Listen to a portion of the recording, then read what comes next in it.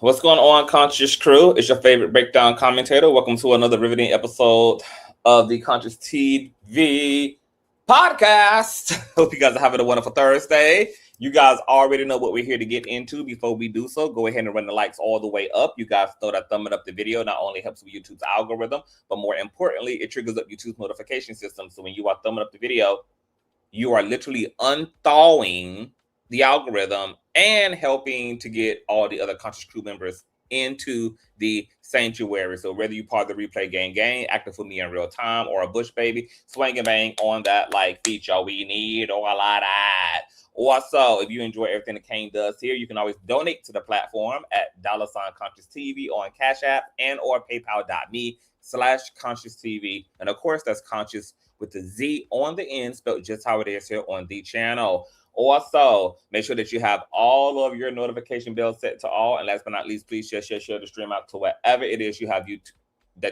digital community, whether that be your YouTube community wall, your Snapchat, your MySpace, the dark side of Twitter, Tumblr, or your personal OF. I don't really give a damn where you in fact lay the link. Just let them know the Real Loud Live and in color. And with no further ado, let's go ahead and push on through.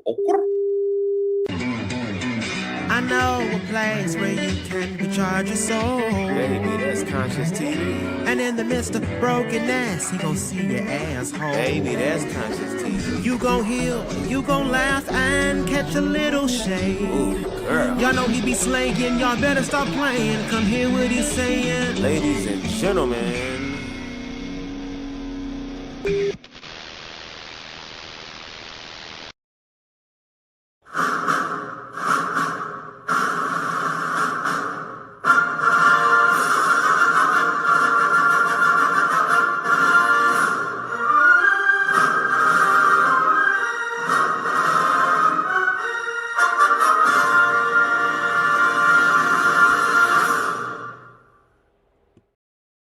All right, what's going on, Conscious crew? Happy Thursday. We got some things to get into. We won't be here for a long time, only for a good time.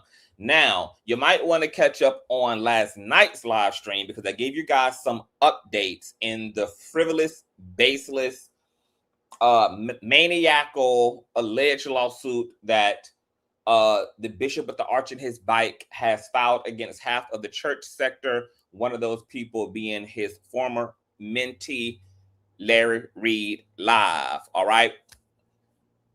Alleged conspiracy, wiretapping, RICO.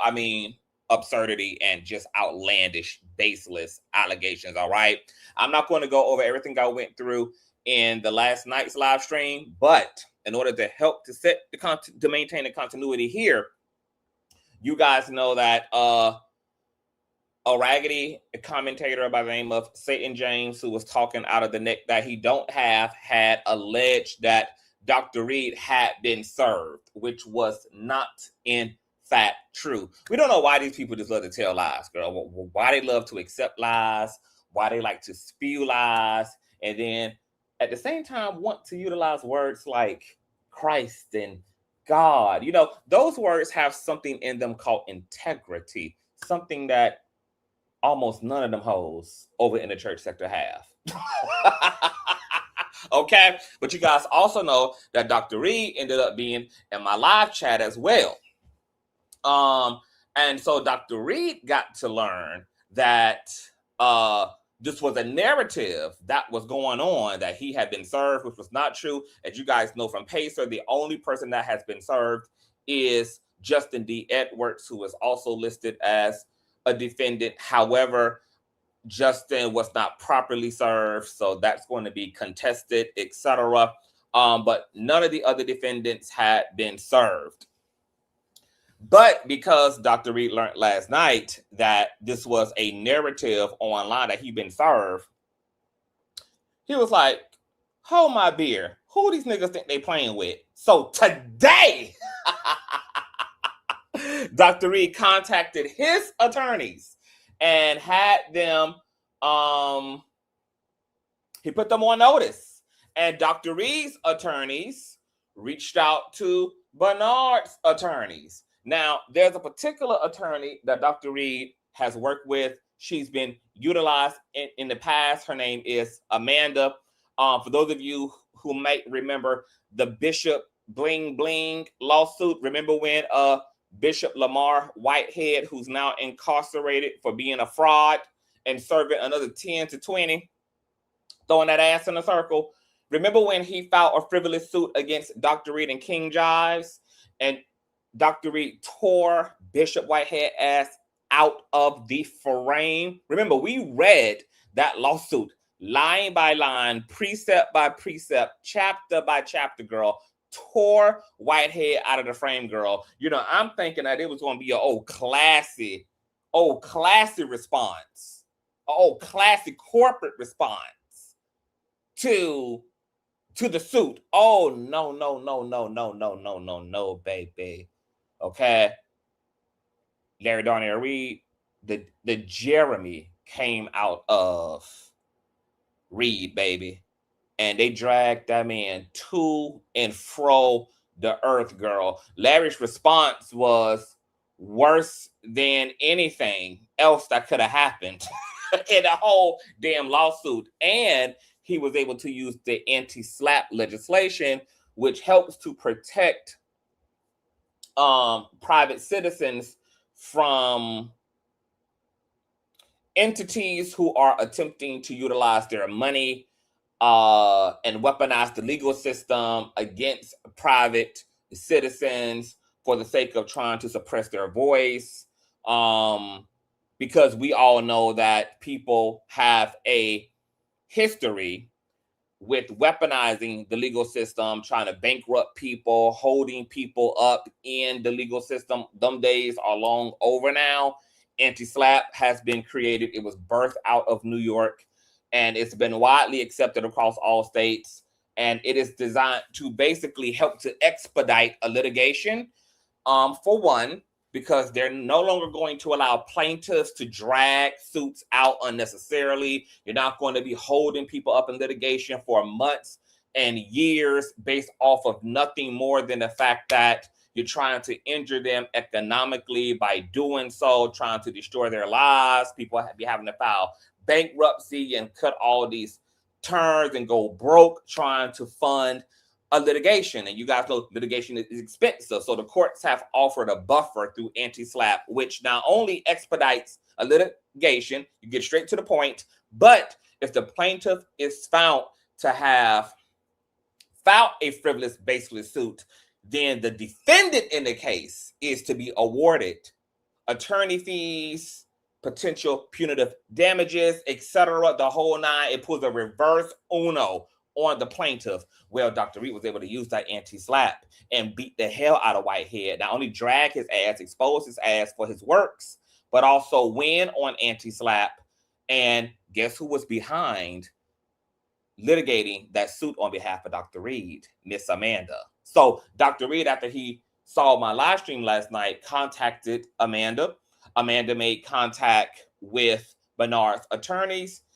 Amanda already has everything she needs, baby, to understand the case. She has all the facts of the case. She has all the truth of the case. She has all the proof of the case. Okay? So, you know, Amanda, because y'all don't know Amanda. Amanda is a white lady, baby, but baby, this lady is like Melania Trump, baby. Okay? She cut no corners.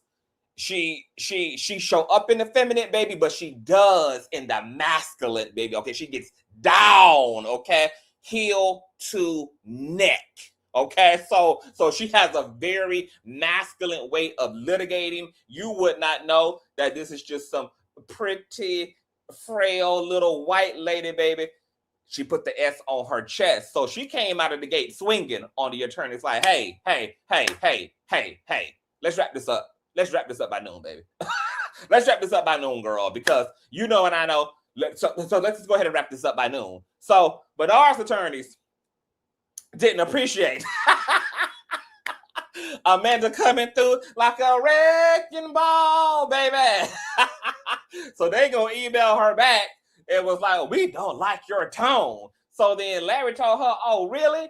Just go ahead and pull the trigger and go ahead and enter into the group chat and officially appear in the litigation, because we're going to just go ahead and pull the trigger since these niggas worried about tonality. So Dr. Reid has officially entered into litigation.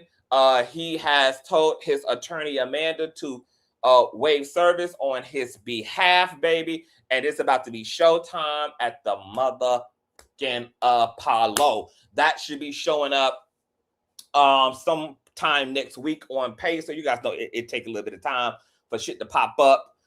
So he has waived service. Ain't running for nothing since Bernard ain't trying to get him served, because that's also been the whole gag about this. Bernard ain't got nobody else served. Dr. Reid actually is the easiest person out of all of the defendants to serve, and yet Bernard made no front, no effort on that end to serve Larry. Larry had to show up and say, I heard you was looking for me. I heard you was looking for me, baby. I heard you needed that, okay? Y'all done had this alleged suit on file since February, and you still ain't pull up? Okay, I'm outside. I'm at airports. I'm in driveways. I'm cutting lawn. I'm shopping. I'm getting my 25,000 steps in, baby, to keep this big-ass belly down, okay? Y'all didn't want no smoke, but y'all keep huffing and puffing and hooting and hollering. So let me go ahead and run y'all that, okay? So, baby, it's about to be on like Donkey Kong. And let me tell you, baby, this ain't a good thing. This is not a good thing for Bernard, because I have no idea how quick Larry gonna give it to Bernard in the suit. I can only base what I'm predicting on the past.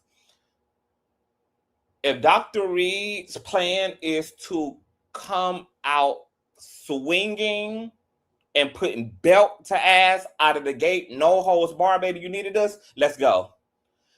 That's not going to work out well for the bishop. This would be the part now where the audios come into play. This is going to be the part now where all the other things that Larry has already shared publicly now gets to be shared federally for all to see.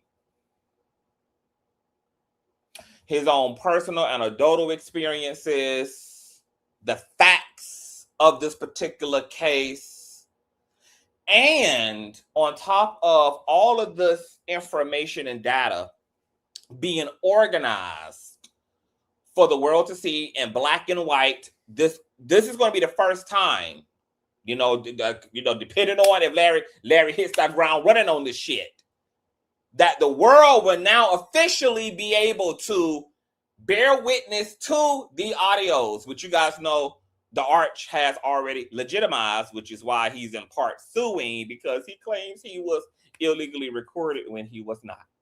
Okay?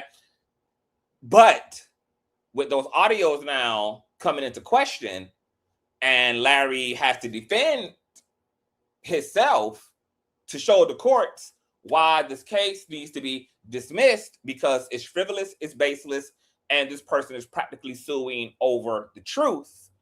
Those audios get to be presented and transcribed for every blogger to read, for every Instagram blog to repost, for every Facebook blog to repost, for every TikToker to repost and analyze.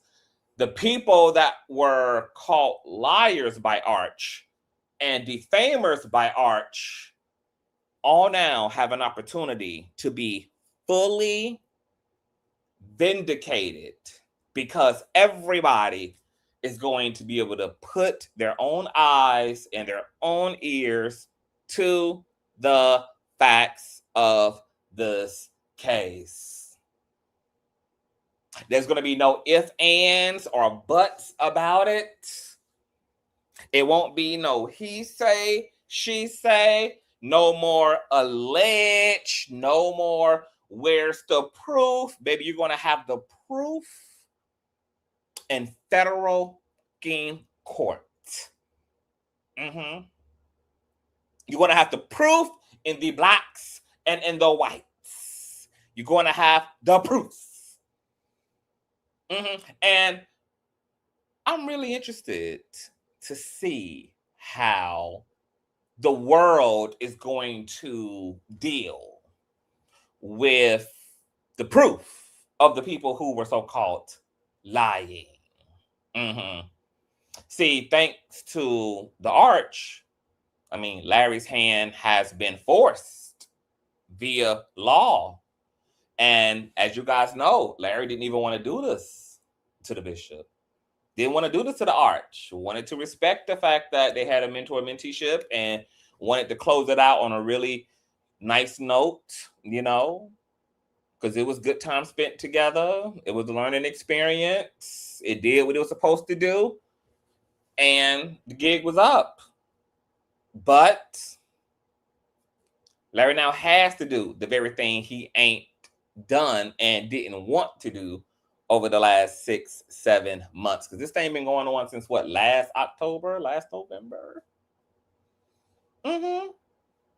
So no more according to CTV, no more according to Larry, no more according to, no more where's the proof. The proof is going to be provided for all to endure for themselves. That means all of Christianity.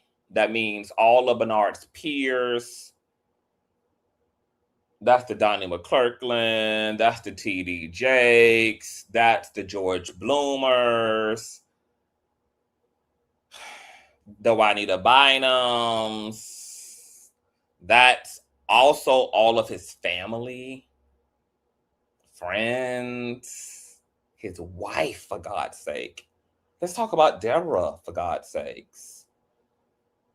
You know, when Bernard and Larry ran into each other under a retrograde last year in Atlanta Mall, Larry offered them a private sit down and said, look, we can have a discussion. It's going to be a real discussion. Everything that I said publicly, I can say privately and then some, and we can have that conversation off the record.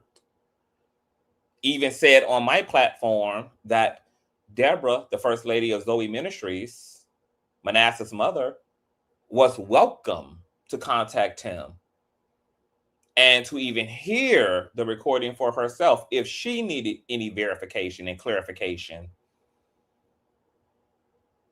Of course, Deborah did not do that. And more than likely, like all conservative Christian wives, she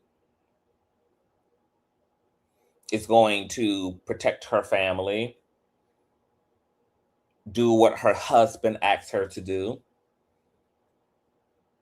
But now that Larry has entered the group chat and Larry has to, because he's chosen to accept service, since Bernard was too coward to serve him, even though Bernard's been in 16 different interviews, hooting and hollering, with Larry's name in his mouth, putting up his weak ass, incompetent ass minions, you know, as if this suit was really suiting when he never even made one motherfucking attempt to even serve this motherfucking man. And this man had to serve himself today.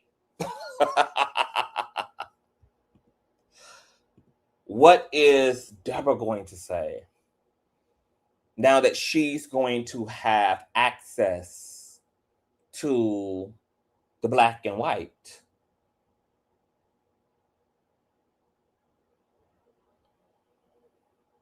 What's going to happen when she looks and she reads page by page and she's not listening to a CTV reiteration? She's not listening to a Larry Live reiteration. But she's sitting down in the silence of her own soul with a cocktail, and I would expect a Newport. And she reads that transcript piece by piece. And she reads her husband begging a man on the phone while she's in the house, because she's in the background in the beginning of the conversation. Her husband scoots along to have a private conversation. You hear her in the background initially. And when she reads for herself, not according to the people that Bernard now is calling his ops and his enemies and opposition and all of this and all of that, but when she sits down in the quietness of her soul, in her own personal chambers, with no distractions, and it's just her and the Lord and the facts, and all of this talk from Arch over the past few months about how his family's been in therapy. Well, obviously he's been controlling the narrative. But with Larry entering the group chat and the facts get to follow behind him, even against his own will, because it's Bernard who wants all this smoke, at least pretended to. And I guess he was calling people's bluff, which is why he wasn't trying to get Reid served, because the whole suit was about a bluff. The whole suit was about a narrative. It was about an optic. It was never about actual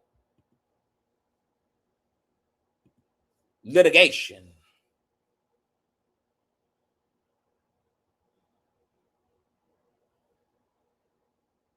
But nonetheless, you play stupid games, you win even stupider prizes.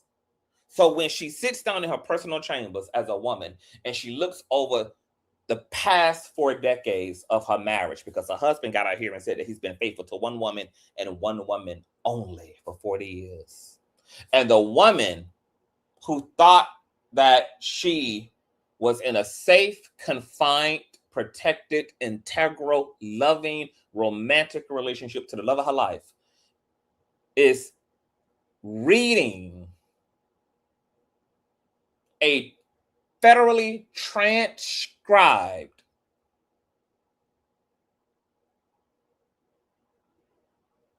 dub of that audio, and she is reading her husband begging another man to tell him if he enjoyed it when they kissed.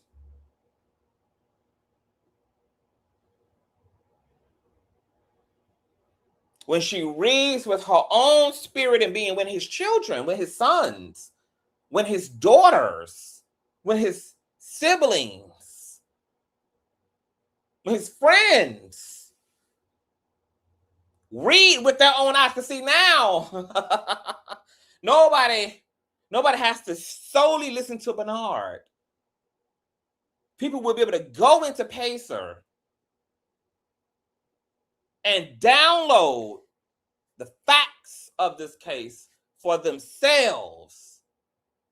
And they're reading their uncle, they're reading their father, they're reading their husband begging another man to tell him if he enjoyed when he was on the top and when he was on the bottom, and when they laid beside each other, and when they kissed. When she reads for herself, y'all fill people in the chat so I can maintain the continuity of my commentary. If people are asking questions, fill it in so I ain't got to break up my commentary. When she reads for herself and knows for herself that the man that she's been booking for her husband, she been booking flights, hotels, under the guise that he was a parishioner and just a young up-and-coming fellow faith leader, was somebody that her husband of 40 years, his words, faithful,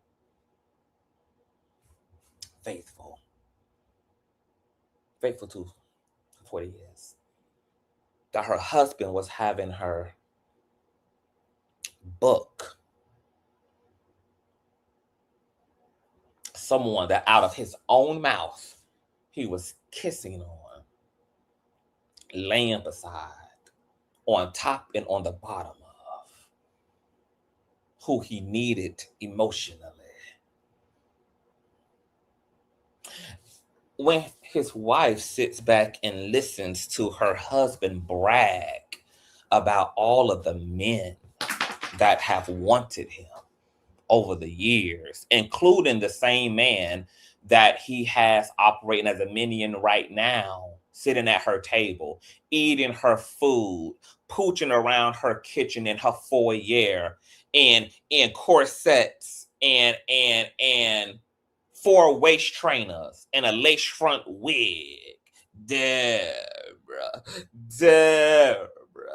I like that dress, Deborah.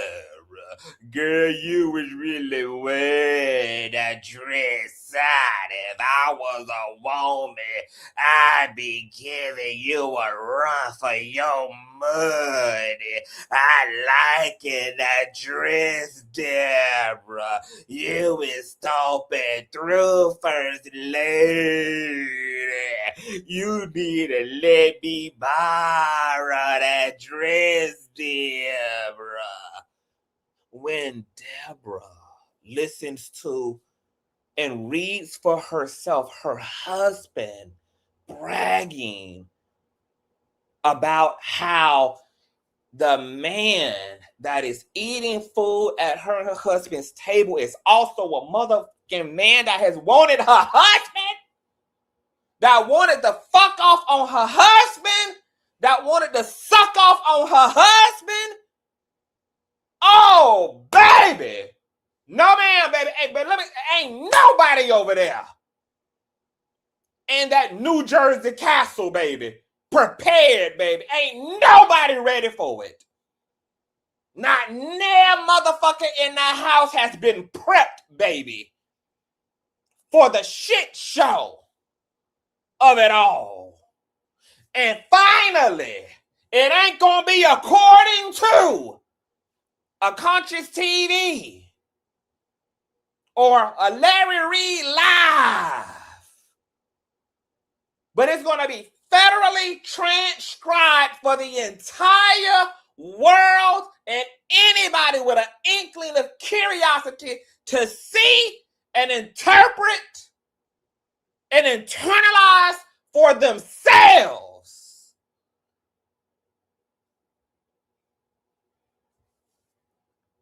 Deborah has been violated on 2 separate ends of it. You got me booking hotels and flights for someone you're kissing and hugging on, and then you got this wig-wearing punk sissy, this broke-ass 2-star extended bitch in my home,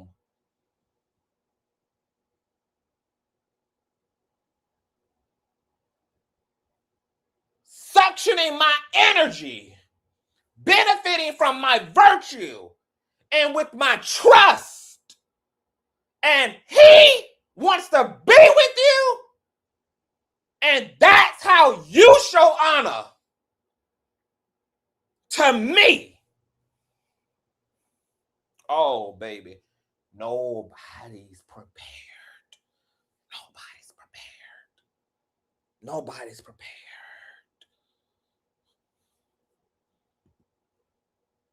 Nobody's prepared, baby. Do you understand? Do you understand how nobody in the New Jersey kingdom is prepared? I don't think y'all quite understand. I don't think you understand. Now, this is why Larry apologized to Deborah in that mall run in, because he, in responding to the arch with the Arch in his bike. Deborah had to end up being collateral damage in his commentary because, him and Deborah have their own relationship. She's always been sweet and kind and a supporter of his. And he's always been a supporter and a fan of hers. This is why he didn't want to do this to the bishop. Because there were going to be other potential innocent bystanders in all of this. And even though Larry was getting assaulted on the back end and was getting assaulted on the public end by his former mentor, Larry kept trying to set aside his own strife to consider the fallout of this, because there were going to be other people that he also liked and respected in this situation who were going to be, unfortunately, casualties of him having to defend himself against Arch, such as Bernard's children, who Larry loves and respects. You guys already know Larry and Manasseh had a very close brotherhood and friendship. Deborah, who at surface level, everybody just knows to be a sweet and kind lady. Of course, we have heard from ex-Zoe ministry members, who have nuanced that based upon their own observations and experiences. But to the general public, to the surface persona, sweet, nice lady. And it's a shame because,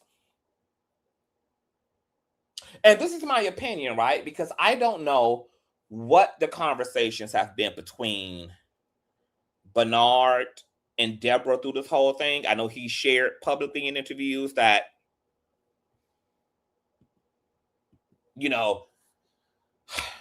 his family is in therapy, and, alluded in interviews that, they're going through it or whatever, and this has been very hard and blah, blah, blah, blah, blah.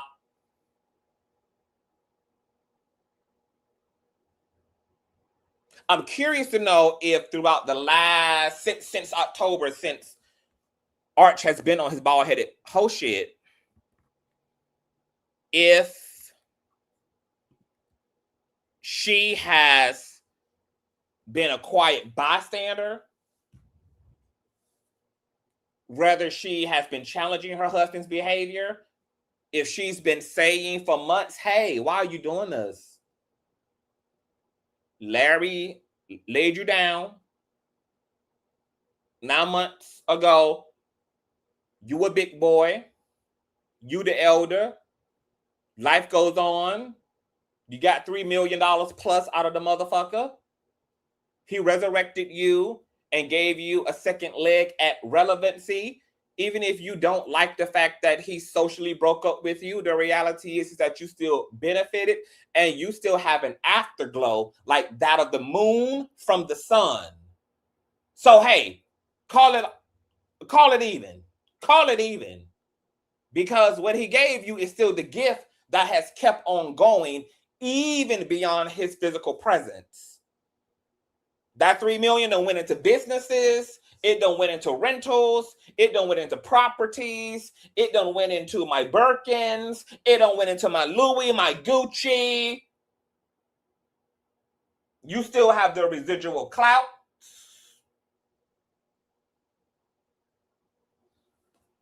From his relevancy. Yes, you're hurt.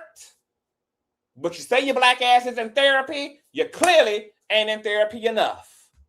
Don't you get your ass up there again fucking with that man. You don't have no reason to be outside talking shit. You don't have no reason to be pumping it. He ain't did nothing to you but simply let you go and told these people why. And even if we disagree with why, or that it was time, even if it feels premature, even if we didn't feel ready for this separation, that's an emotional thing. Nothing has actually been done to you. So don't you get out there with your oppositional shit and acting like an op over the fact that you're disappointed, because disappointment is not enough to become an op out of. Now take your ass into that prayer closet, bitch, and clean your ass up, Bernard. And here's some goddamn spiritual deodorant with your spiritually hygienic ass. Because you can't be out here telling everybody else, baby, to clean it on up. And your shit is leaking out of every single hole and nook and crevice. You can't be telling everybody else they need to spiritually shampoo it up, spiritually condition it up, spiritually freshen it up. And you around here spiritually funky as hell.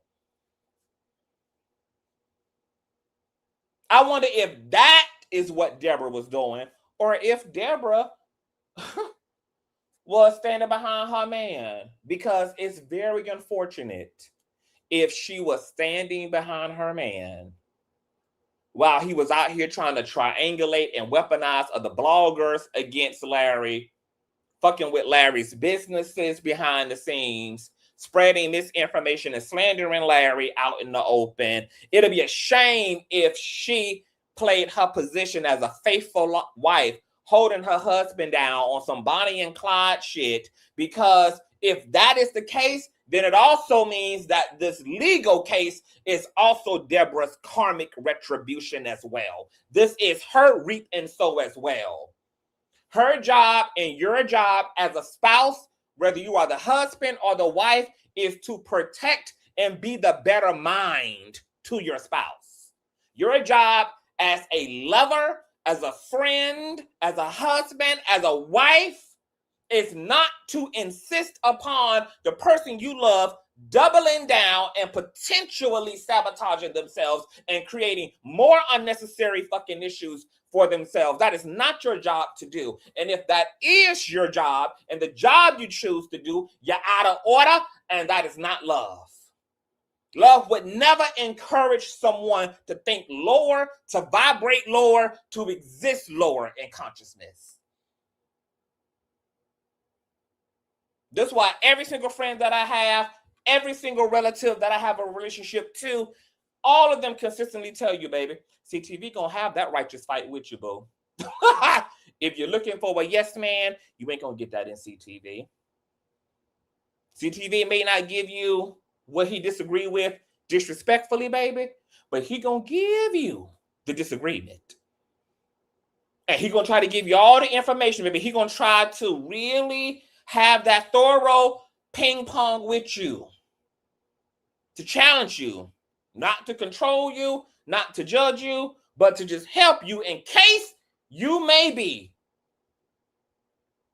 compromised in your judgment, in case you may not have taken your intentions and your impulses and your desires through the proper filtering systems. So CTV gonna lovingly be that iron that sharpens iron, baby. You do not love someone supporting them in their terrible and bad behavior. And it doesn't mean that you have to get out here and bash them either. But you're supposed to love them enough to have that righteous confrontation with them. Nonetheless, I hope that Deborah, under the erroneous philosophical belief that love means supporting ignorance and buffoonery, didn't do that. Because if she did, then I can't really be that empathetic toward her plight, because she didn't even know that she was supporting her own demise as well. She was actually manifesting and summoning forth her own karma as well. And this would be a spiritual lesson for her too. Now, if she has been on the trying to talk her husband down, trying to speak wellness into her husband, trying to get his ass to think straight,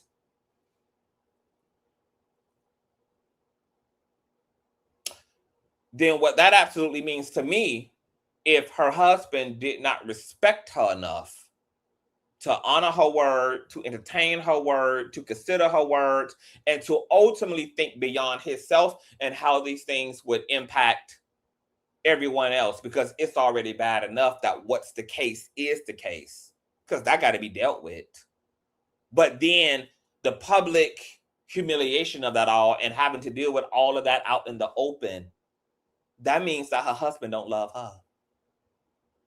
And so Deborah got some real decisions that she would have to make, because love would have protected her, just like her love would have protected him by telling him to think higher and to go higher.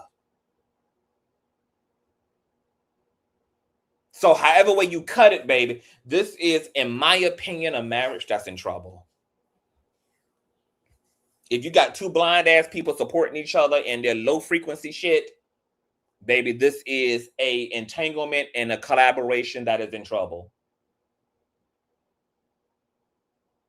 If you got only one person who respects the other, while the other person thinks that they can just go and frolic and do as they please and don't have to have no social awareness, baby, the collaboration is in trouble. Either way you cut it in their situation, they got trouble, baby. But I guarantee you this, nobody in that house is prepared, baby, for the emotional totality, the psychological totality, the mental totality, and the potential physical totality. That the full revelation of whom they crowned as a leader, a trusted leader, the head of the family, the head of the household, nobody's prepared for the toll of that. Nobody is. Larry knew this whole time, which is why he did not want to get in the ring with this nigga. But Larry also ain't no bitch ass nigga. And the things that were happening publicly and privately were too much for Larry not to have responded. And he damn sure fucked up when he fucked with me, because I was over here minding my business, while you're trying to get someone that I'm acquainted to use their platform to put out narratives about me, put out narratives about Larry, put out narratives about Shamako, about practically Larry's whole camp. Nobody was even thinking about this man last October, November. Larry didn't even go seeking this information. The information sought him. Hell, I ain't even go seeking the information. The information sought me.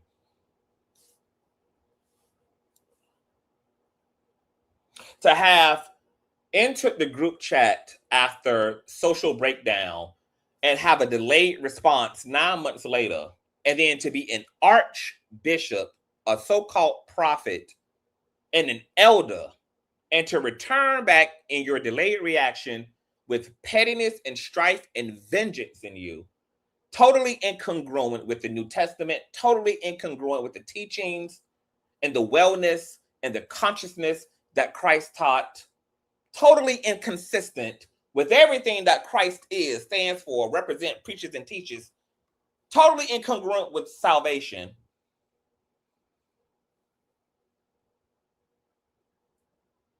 And to come back with the malicious intent to hurt and to harm because you're disappointed that you were let go of socially. And then for us to have the proof that not only has everything that Bernard been doing since last October been malicious, but even the filing of this lawsuit is malicious, because in the very audios that are going to be made, presented for the world to see through federal court,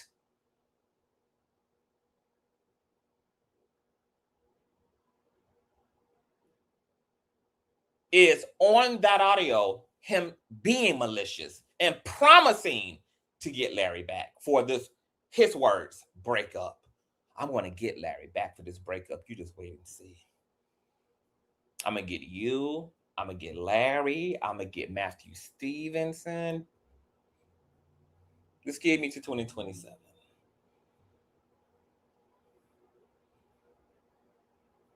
So now the spiritual integrity of this elder is completely in question. The Christian integrity of this elder is in question. The emotional intelligence and maturity of this elder is in question. On top of the prospects of infidelity and out of wedlock covens. And on top of that is the disrespect of allowing people currently to walk around Deborah's home and foyer who hold lust and romantic interest in her husband.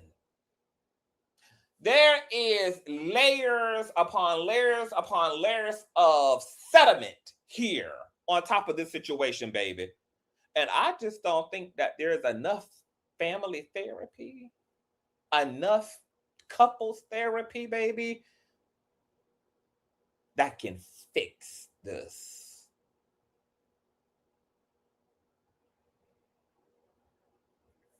This particular family would have to love money and ego more than they do their spiritual sanity and the integrity of their being. To stick beside this fake public image. That's the only way that they can stick together, is that they would have to all be superficial enough, dense enough,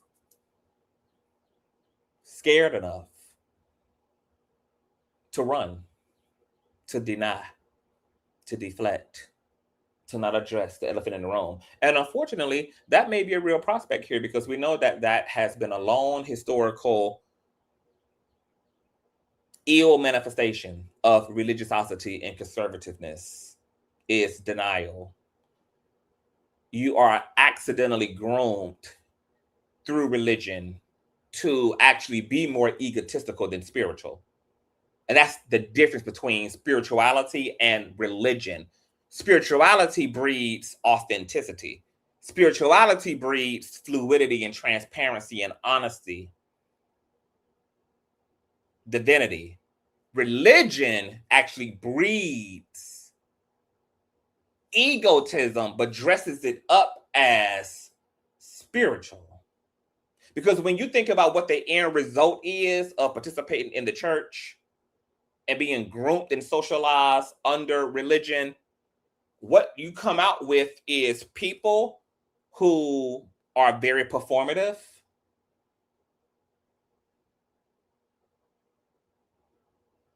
who are very legalistic, who are very transactional by nature, because even the way religion and dogma dresses up salvation is you have to earn it. You be a good boy, good girl, and you get into heaven. That's not actually what salvation is. Salvation is a gift. It's already been done for you. You simply receive it. You can't be worthy of it, neither can you earn it. But yet religion and dogma socializes you to be an egotistical, narcissistic, self-obsessed maniac under the guise that you love the Lord and are spiritual. And that's how you get an archbishop. All that spiritual talk and not spiritual enough to transmute rage. All that spiritual talk, but not spiritual enough to transmute pettiness. All that spiritual talk, but not spiritual enough to transmute revenge and retaliation. Doubles down on it as a 67-year-old man in that audio. Oh, I like to destroy my enemies with a death by 1,000 cuts. Wow. For an archbishop and a man of God in a season one. You know, maybe people could have some grace if this was coming from a 21-year-old bishop, coming from a young bishop, an unseasoned bishop, a bishop that hasn't been formed and fashioned through life, hasn't been grown up yet and evolved, right, through lived experiences. Oh, no. This is a man who has now more time behind him than he does ahead of him. A man who's vastly approaching 70 years of age. And you're talking about wanting to destroy your enemies with the death by 1,000 cuts? We understand now why so many people prefer sinners and streetwalkers and heathens over religious people, because at least those secular people are honest about who they are. They don't pretend to be holier than thou. They don't pretend to be transcendent. They don't pretend to be above it. They with the shits and they own it. For better or for worse,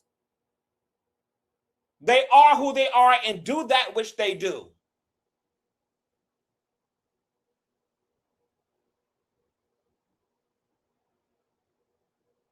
And ironically, even the Old Testament God, Jehovah, had a preference of the same. Pick a side, because the Lord spits out those who waver and walk the fence. Disgusted, you taste like that of lukewarm faucet water to Jehovah. Either be actually saved and transformed and renewed by your mind, or at the very least, respect yourself enough to be an honest motherfucking heathen.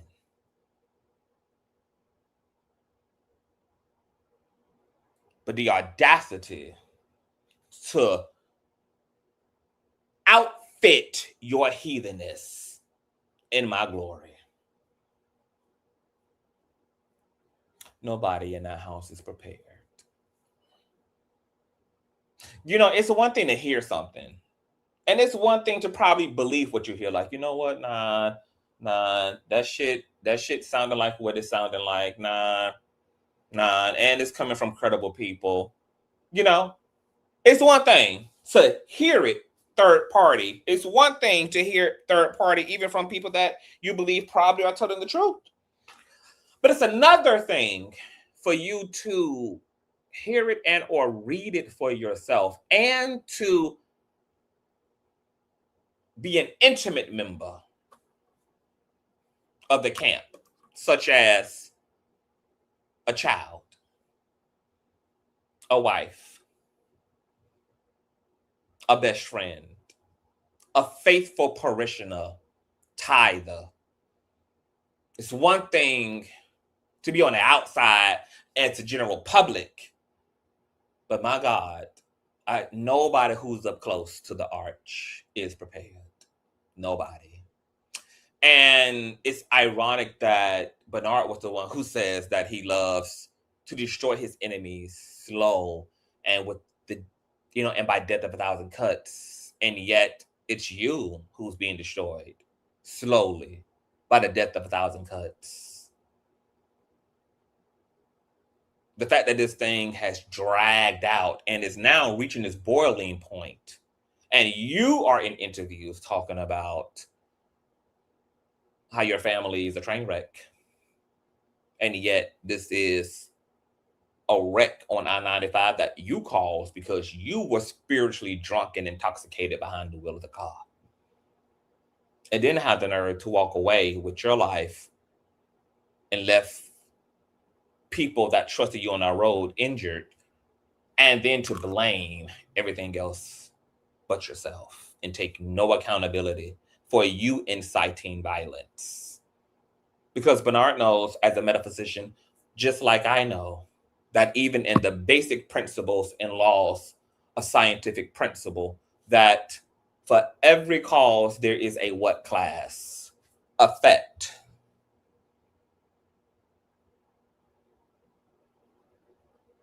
For every causation, there is effect.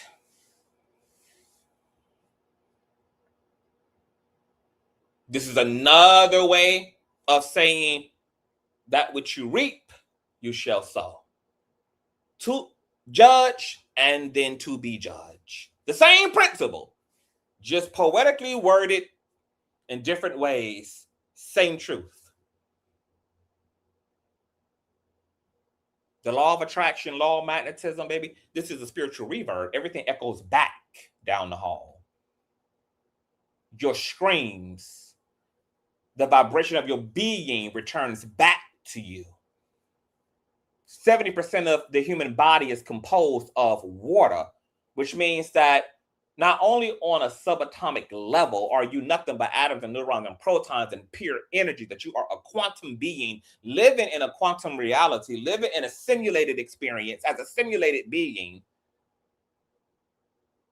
But 70% of the avatar that you occupy temporarily as a human is made and composed of water, which is a purely reflective surface.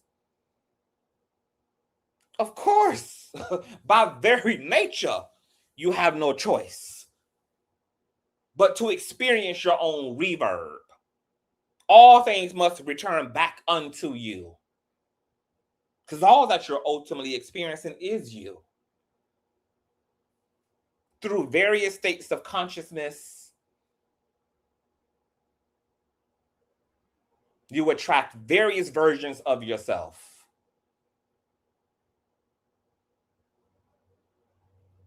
That's why, in the words of the great late Carlton Pearson, when you change how you see things, the things you see do what? Change. All you are experiencing from moment to moment is you. You.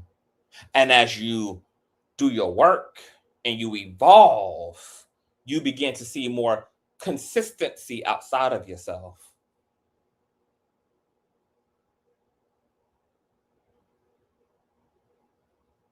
You begin to see either a positive pattern or a negative pattern, but you want to see patterns. And they're either going to reflect back to you, the negative of you or the positive of you. Because all that you are ever experiencing is you. Nobody in the house is prepared for this. Nobody. Nobody. The truth has not been told to nobody in that house. Nobody.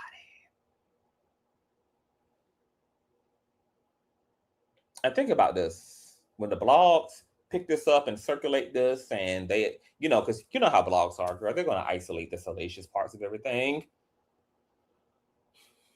When the people that used to know were a part of Zoe Ministries, had a positive experience, except when these people learn of all of this, and then to also see that you actually tried to sue people who simply told the fucking truth.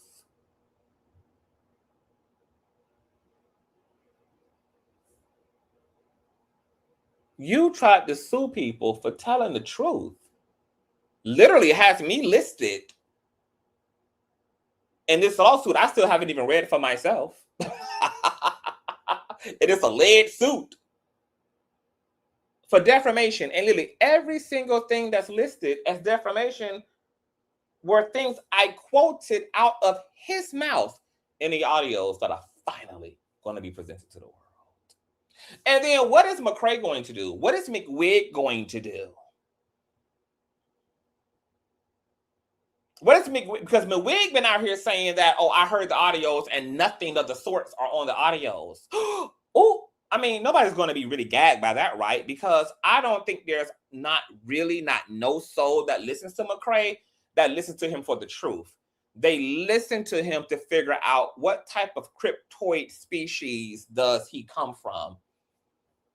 Is it prehistoric? Is it something that escaped Area 51?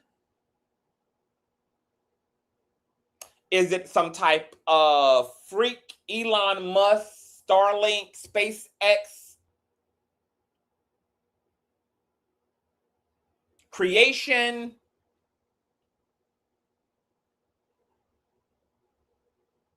But he had his minion out here saying, I sat down there at the Cheesecake Factory. I heard the whole thing. Nothing. So now when the world gets to see that everything that me and Larry said was verbatim and the truth, what is McCrae going to do? What is McWig going to say? I don't care. I don't care what that judge said. I don't care what the court said. It just ain't true. Who y'all gonna believe? You gonna believe the courts or you gonna believe us? But wait a minute. You wanted the courts to get involved because the courts, right, was the legitimate playground. Oh no, so we're not going to swing the pendulum and move the goalpost now that the courts don't benefit you and don't benefit the narrative. No. Keep all that same courtroom hype. All the people that were excited about folk having a suit filed against them. Keep all that energy. Because that's exactly the playground that's going to bite you in your ass in all of this. Because we played the game your way, on your turf, on your chessboard, aka the legal one. And what are you going to say about what you claim was not? About what you claim you didn't say? About what you claim what wasn't there? About what you claim, what are you going to say? Because now we got 16 interviews that we've downloaded, that we've transcribed, that we've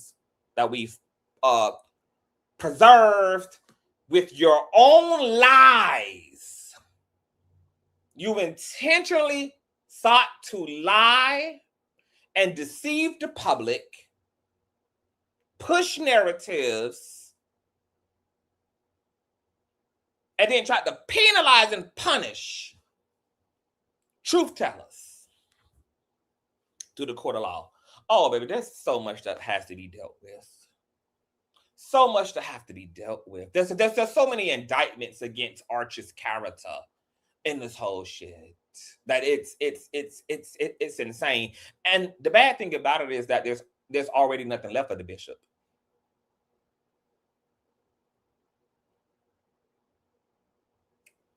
Once Larry dropped his ass, he ain't had no more than 9 people in his chat ever since. It's interesting too how he's claiming that he's been financially impacted by this when that's also not true, because in the audio, before Audio Gate even came about, before emails came about, before audios ended up in people's hands, before there was an Audio Gate, he's in the audio talking about already being financially ruined, hooting and hollering to whom he's on the phone with about being economically stagnated. I owe 400, because I'm going to say it again, bitch, because it's the facts, ho. I'm quoting you, bitch. I owe $400,000 in taxes. Deborah's staff had to have their payroll delayed. My daughter's staff has to have their payroll delayed. Microsoft, I owe $3,000 or they're shutting down shop. And nobody is helping me to clear a check. Nobody is helping and assisting me.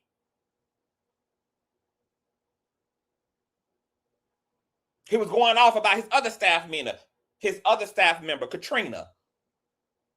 She out here running around town with you, getting drunk and shaking ass, but don't want to come to church and don't want to come to the meetings and don't want to do this and that and the third to help me to manifest a check. But everybody wants a check.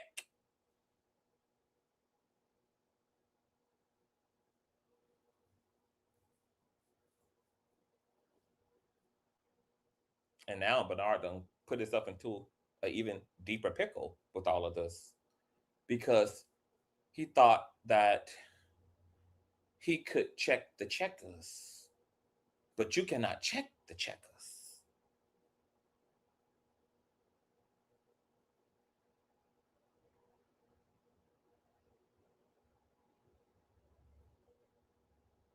And the gag about it is, so he's trying to conflate his brokenness with a brokenness he's been experiencing for God knows how long. He cannot prove any damages because his businesses and his bank accounts were already damaged. And one of the people that he's suing, who's on an audio with him, also can personally attest to that because that's who Bernard is complaining to about his finances. But I thought you said that we damaged you. So last October, before AudioGate even existed, before anything was spoken about on social media, what was the reason why you owed IRS at that time $400,000, which was also corroborated by King Jobs, who said that you had then told him personally that you had just paid off that $400,000.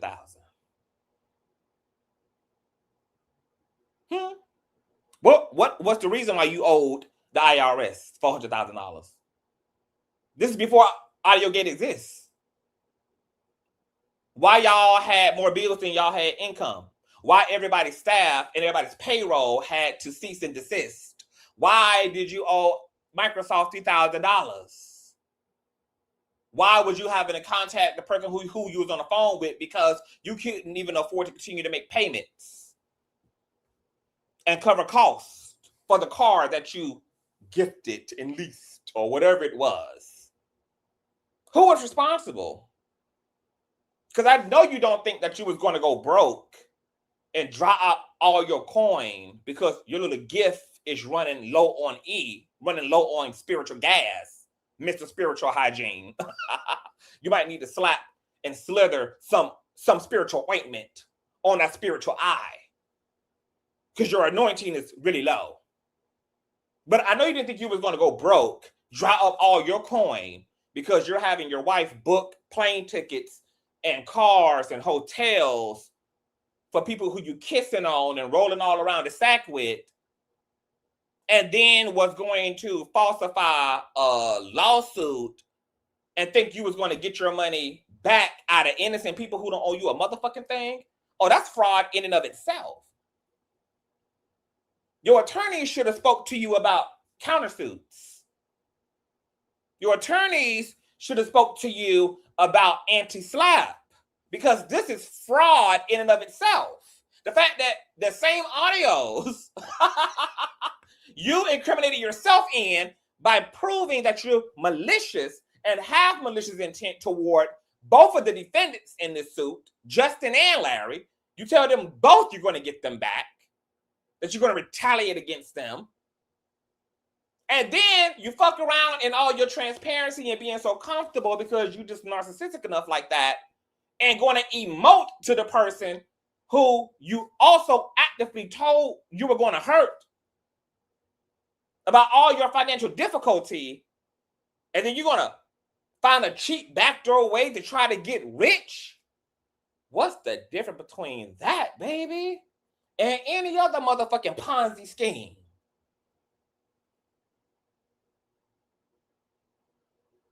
This is fraudulent in and of itself. You got what, 7, 8, 9 damn people listed as defendants. And if every last single one of them motherfuckers enters into this group chat and waves service bitch and anti-slaps you and countersues you, girl, whatever change you think you done lost, girl, you better go ahead and spend it on up before those defendants get a hold of it. Because you're running all of that back. Nobody in that house is prepared. Nobody is prepared. Nobody. You might have heard it for a while through third party, but it's going to be another thing, baby, to read it for yourself. And not only is there going to be great consequences federally in this case for the plaintiff, but there's going to be even worse personal and cultural consequences for the plaintiff in this case. And the plaintiff has themselves to blame. They launched the lawsuit. They tried to intimidate through the courts, not really thinking that all the way out. And now that Larry has decided, after hearing from me last night, that bitches with no necks are talking about he got served when he been living his best life and been back in the country since last year. Not last year, since a few months. Yeah, since last, no. Yeah, this year just came back from Dubai because he was just came back last year from overseas before AudioGate happened. And been back in the States now for a few months from Ghana, from Dubai. And you've been acting like people been running for you when you know damn well, bitch, you ain't been making no effort. And then the only person that you tried to serve was not even Miss Girl. Let me not be gay. Was Justin. And then didn't even serve him properly. And then turned around and offered him to settle. While you've been out here revving up all this noise. Oh, baby, baby, nobody's ready. Nobody's ready. I'm glad that Dr. Reid has waived service now. Because, yeah, it's time to put a period on the end of this motherfucking shit. And it's finally time for the truth to be motherfucking told. And we're going to see if the Arch wants all the motherfucking smoke, because there is literally nobody in this situation that has anything to lose but the Bishop of the Arch and his bike. Nothing for anybody else to lose. Not nothing.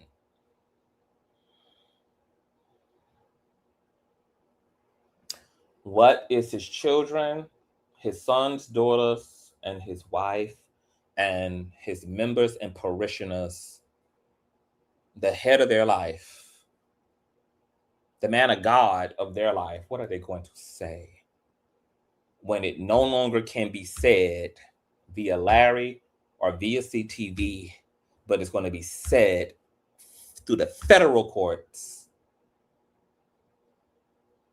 transcribed for their own viewing, reading pleasures?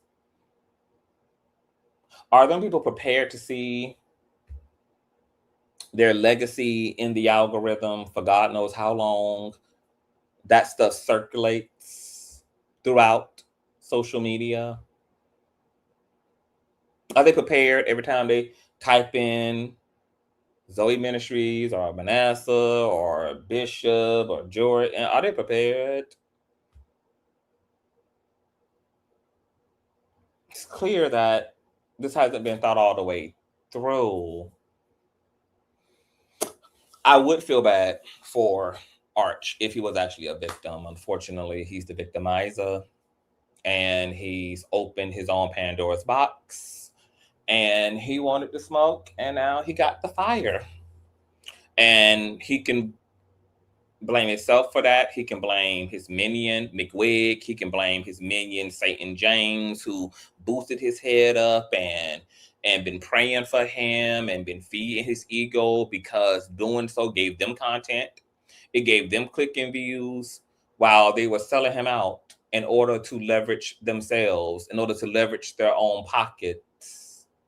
Because, see, the reason why McWig, never told Bernard the truth about the audios that he didn't even hear anyway, but he heard through Larry and through another mutual what was there. So he had enough to inform Bernard that, hey, this is what they're saying is there, and I'm in relationship to two people who have heard the audios, and I don't have a reason to believe that what they're saying is not true. You might want to consider that. But the reason why McWig never was a real friend and couldn't tell Bernard that is because if I tell Bernard the truth, then Bernard will potentially walk away from all of this. But the problem with Bernard walking away from all of this is that there would be no need for me. How am I going to get my bills paid? How am I going to afford my everyday expenses if I'm not of use as a minion? Because Wilhelmina has no sustainable income of her own to exist independently of. She depends on the dependency. She depends on the Mission Impossibles. She depends on the blackmailing. She depends on the agendas. If I tell Bernard the truth, he's going to walk away. I don't have anything that I can monetize then. So wait, let me tell Bernard that no, these people are lying. I heard that audio. Ain't nothing on that audio worth concerning. They're just trying to scare you. You should sue them. Don't let them do this to your name. And I'll help you. I'll be your social media campaign hub. I'll do the damage control for you. I'll help you. I'll be a star witness even. I'll come in and I'll say this is all Rico and conspiracy. I'll do all that. Boom. McWitt gets cars. He's getting extra towels now at the extended stay. You lied to your cult leader and played into a delusion for your own self-gain. And you're going to cost him the very thing that you claim you were trying to protect him from. But this is consistent pathology from McWig. Did the same thing to Larry, did the same thing to Bishop Matthews, did the same thing to Kimberly Pollard, did the same thing. You know, I ran down on this bitch years ago. All the proof is still in my Patreon today. You just got to go back a few years back in my Patreon. All the tea, all the receipts, all the interviews, all the audios. They're all there. St. and James did the same thing. Instead of me talking some sense into the bishop and saying, hey, just leave it alone. It ain't even worth it. You got $3 million plus out the shit. You're still wearing the damn shades and the chain he put on you. And we know you because he gave you life. You still walked away with a major win despite your personal disappointment. You don't know this landscape. You're not going to win at this. And if the things that are said to be in their back pocket, just leave that alone. Leave that alone. Just leave them people alone. But no, because in telling Bernard to do that, St. James wouldn't have had a job. There would be no storyline that would have led to a bunch of Patreon interviews and public interviews and being flued out, and Orlando would have never happened, and the super chats over the last 5, 6, 7 months would have happened. Both Wilhelmina and Satanic James sold dumbass Arch out. Arch was already delusional any goddamn way. Has the maturity of a 9-year-old. So imagine a cunning serpent coming in, twirling, praying, and intentional. If I was Deborah and Manasseh and the family, I would be upset at Satanic James and Wilhelmina as well. Because if Bernard, like, let's say hypothetically they were tugging on his wig, to know that he didn't have the assistance of the people on social media that he is rendezvousing with to back that. You help my dementia as written pappy fall into a sinkhole All so that y'all could have a storyline. All so that y'all could reap the benefits financially. Let me tell you something, baby. This is why the scriptures say, girl, a den of thieves. This was literally a den of thieves. This many selfish, shallow, materialistic people hubbed up together, girl, selling each other out, slitting each other's fucking throats, egging each other on. Because Bernard, according to his own words, wanted to retaliate. And then Satanic James and William McWig exploiting that. That's also an indictment against God. Does Satanic James and Wilhelmina understand what they've done? I know that Wilhelmina don't care, because Wilhelmina is an apathetic, narcissistic, sociopathic psychopath. A reprobate, if you will. Swine, if you will. You cast your pearls not. There's no redeeming quality there. But Satanic James, who pretends to be, you know, a fat ass boy next door, you know, like, does he consider what he's done to God? The fact that you because see, the thing about their Bible is that it tells them that God knows their heart. So it doesn't matter if you have people agreeing with you or not holding you accountable, even if they don't agree with you. It doesn't matter what wool you're pulling over other people's eyes and how well you feel to some degree that you are persuading people observing you and trying to disguise and hide what you really are and your real motive and intent. The Lord knows it, and people with the Lord in them knows it,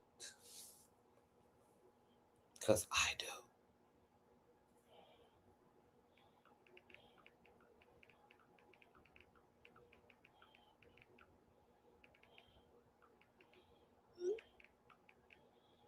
Does Satanic James know?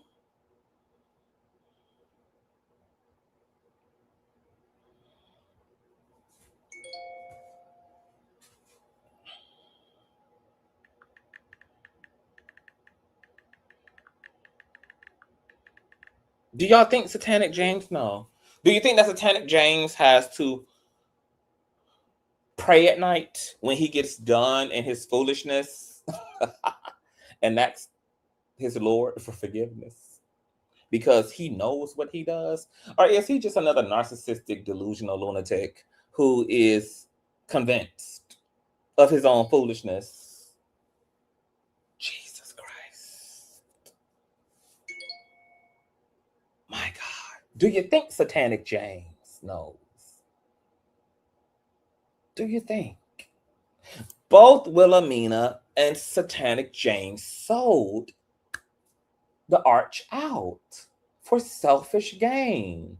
They have direct contributions to what is happening right now and talking him into a frivolous suit and talking him into what he had already decided anyway. He just had Satanic James and McWig touch and agree with what he had already agreed to in his spirit, which was retaliation and vengeance. That means that Wilhelmina nor Satanic James are friends either. They don't love that man. They do not respect that man. Nobody would ever do that to someone who they care about. Love would wrestle you down if it meant trying to save you from yourself. And the fact that they both were secretly egging all this on and encouraging this and wanting him to go as hard and take them to task and hold them accountable. And both of them knew that me and Larry are credible enough to have our word taken for it, because they know damn well we wasn't lying about no motherfucking audio. They know damn well we wasn't lying about no motherfucking content within it. They know damn well. They knew it. That's why they have to dub our content. Our content becomes their content.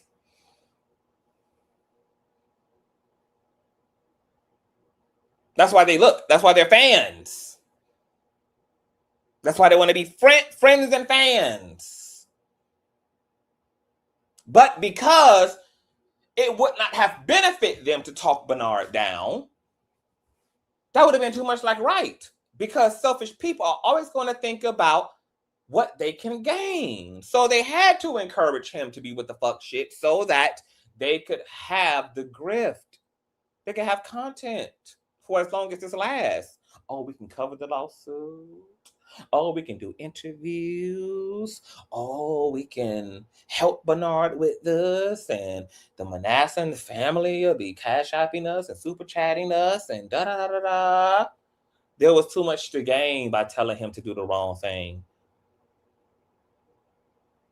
But in fact, there was too much to lose in doing so. And now what happens to the arch is not only the arch's own doing, but it's the doing of his whole community.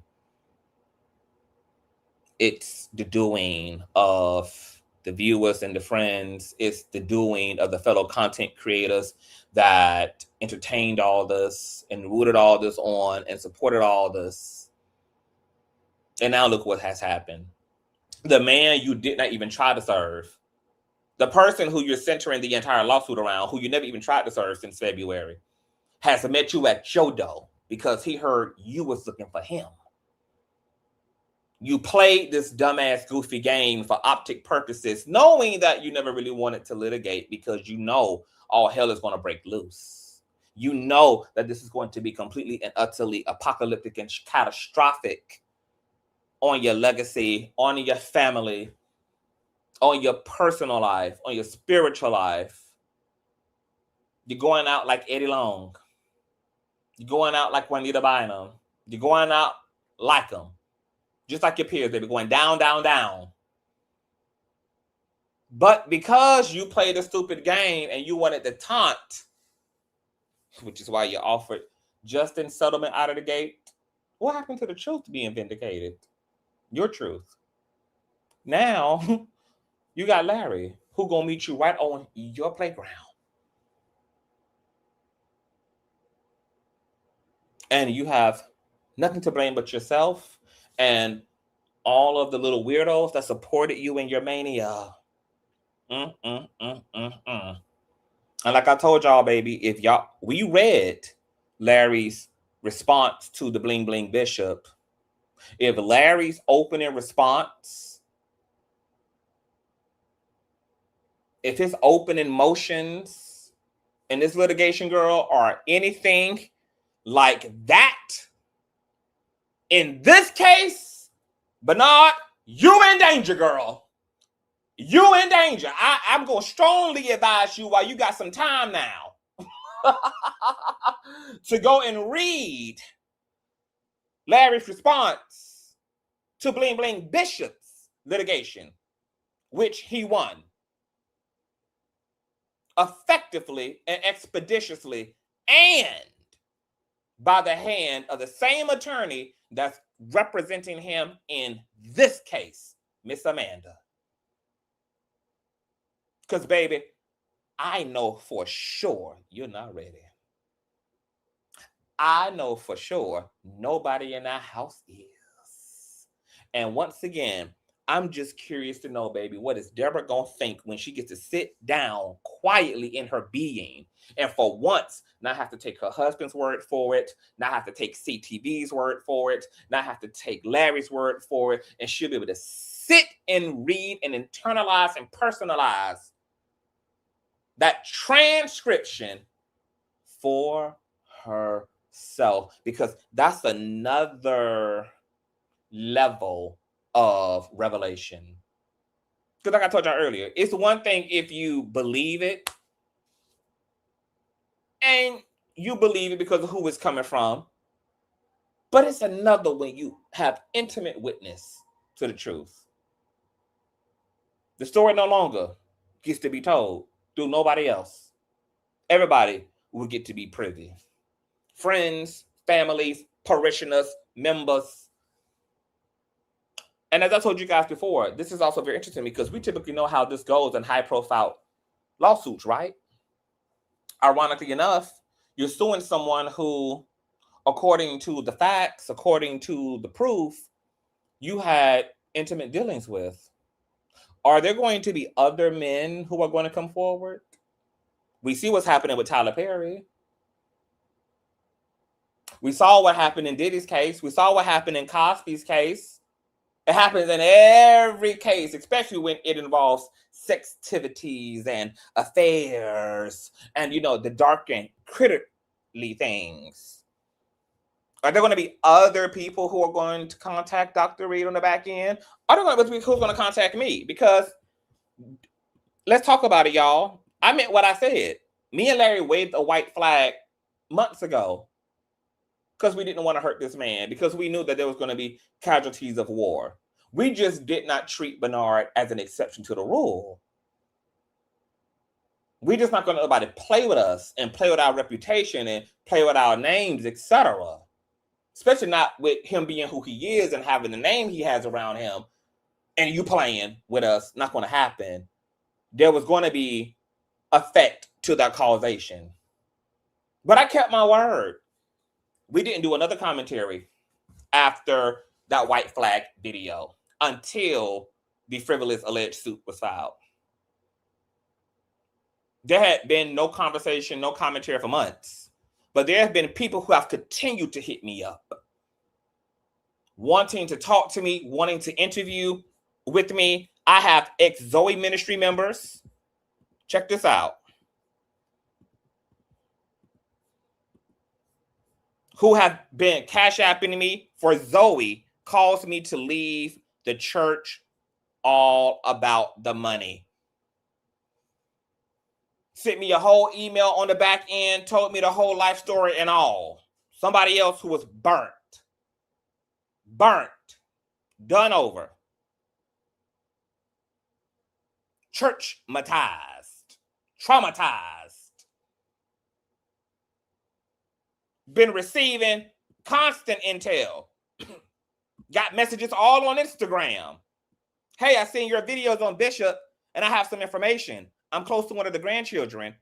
Hi, okay. You can share it if you desire. They're actually really horrible to their family. All of this family stuff you may see online is fake. They're horrible to their family. They treat their family like absolute garbage. And then sent me a laundry list of links and intel that I'm not going to go into now because they asked me to protect their identity and all of that. And because I meant what I said about waving a white flag, I got content upon content upon content upon content for days and days and days and days and days on end. Maybe I could keep going on the arch till the second coming of Jesus.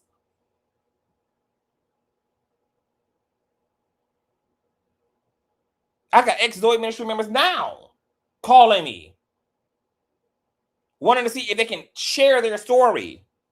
Because I told y'all from the beginning, I didn't have to go seek anybody. Everybody sought me. I was just over here minding my business. James Singletary found me. The couple I interviewed after that found me. I was over here minding my business.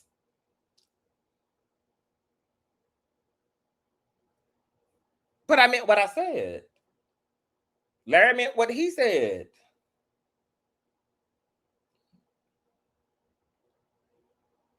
And we chose to let it go. Because all we wanted was to be left alone. And once Bernard started saying out loud, I'm not even doing anything. Oh, that's all we wanted to hear. Glad that you have ceased fire. You started the fire. We just simply are the responders. Okay, you good, we good. Thank you for your services. That's all we wanted from the beginning, just to be left alone. I could be tearing Bernard up by the hour. And everybody knows that the lawsuit didn't scare me, because once he found the frivolous shit that I never got served with, got back on his ass. Girl, because who you thought you was playing with?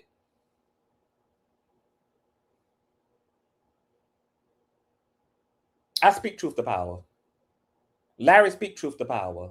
These are hills that we are prepared to die on.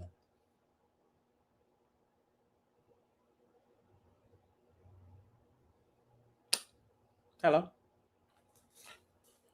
And just real quick, it's funny that Bernard is hooting and hollering about Larry's finances and Larry's broke and Larry's this and Larry's that and Larry had to sell his cars and Larry had to sell his house and Larry living out of a mud house in Gonda while you're on the audio talking about owing the IRS $400,000, Microsoft $3,000, having to suspend your wife and your daughter's payroll and barely being able to support your own, and having to call Justin to pull out of the payments on his vehicle that you got him. My God, today. And this ain't even the first time that your ass has had financial problems, because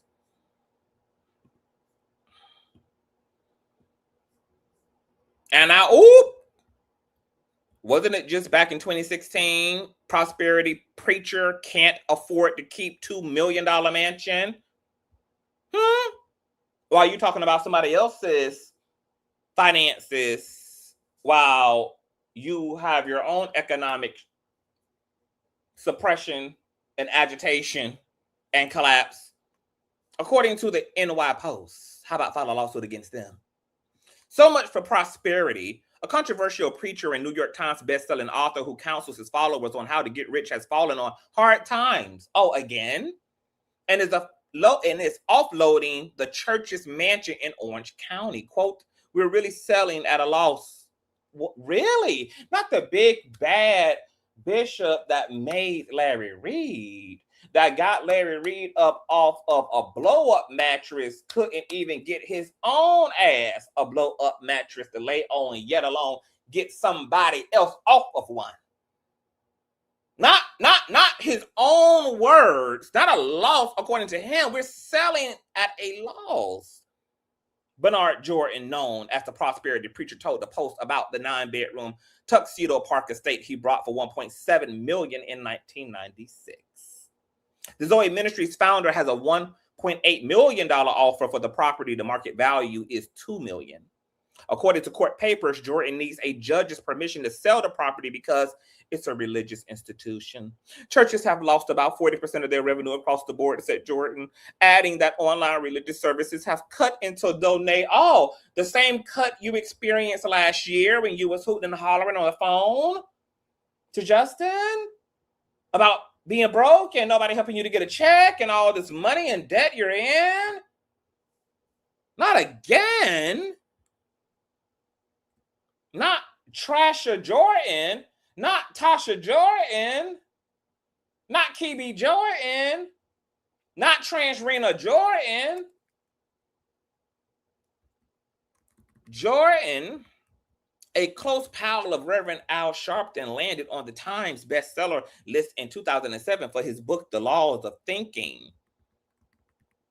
He raised his 5 children in the Circuit Road mansion, but moved out when they grew up. Since then, it has been used to host visiting clergy and Bible study. But the 10,000 square foot property became too expensive to maintain after the church lost its tax-exempt status 5 years ago. Jordan says he has no idea why the exemption was suddenly revoked by Tuxedo Park authorities.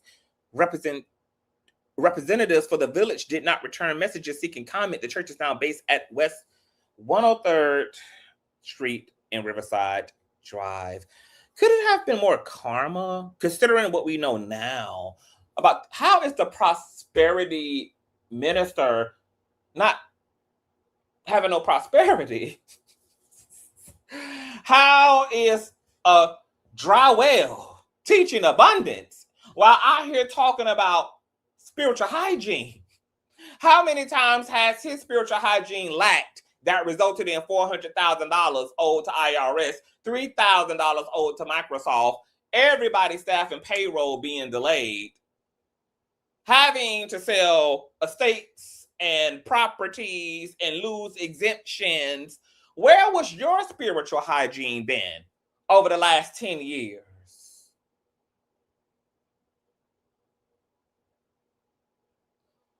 Because all this topsy-turviness, Bernard, is giving spiritual funk. Where was your spiritual deodorant?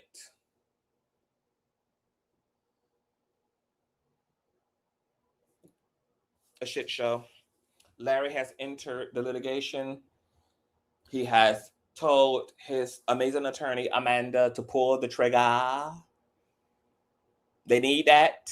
Run them that. Now, we're going to see if the arch can stand the rain, or will we bear witness to what happens when doves cry? Anybody have any questions before I get out of here? We've been here for an hour and 40. Oh, and this was so good. And so, it was so, this was so, girl, I laid it. I really laid this down. I laid this commentary down. Anybody got any questions before I get up out of here? Please run the lights all the way up. As a matter of fact, my home Cash App and PayPal is up. Yes, God.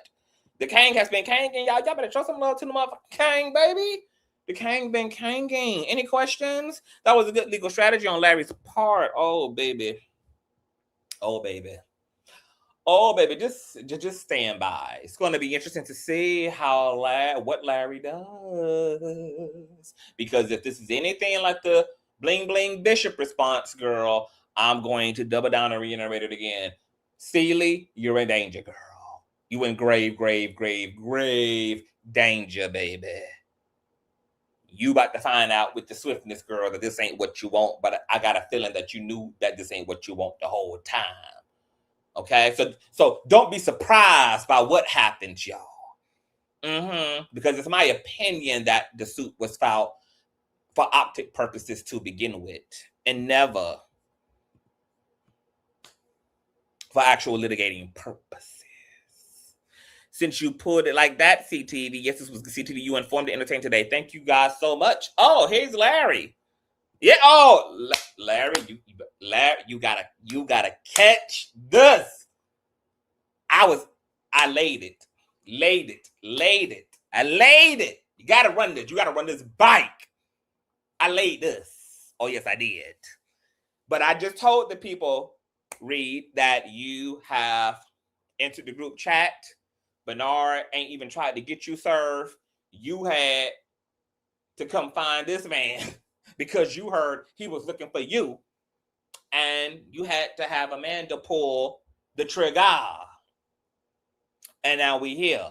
So y'all should be seeing some updates on Pacer. More than likely next week. It's about to be the weekend. Pacer don't load on the weekend. So y'all will be seeing some. Y'all know I'm going to keep y'all up informed, child. Y'all know I'm going to give y'all the real deal Holyfield. Give y'all the please by please I. Give y'all the play by play, honey. Okay? Make sure you guys subscribe to Larry Reid Live on YouTube and Facebook, and follow him on this Instagram. You know, he got communities. He got worlds within worlds within worlds, girl. So there's a membership. There's a Patreon. There's a Celestial Girl. All the things.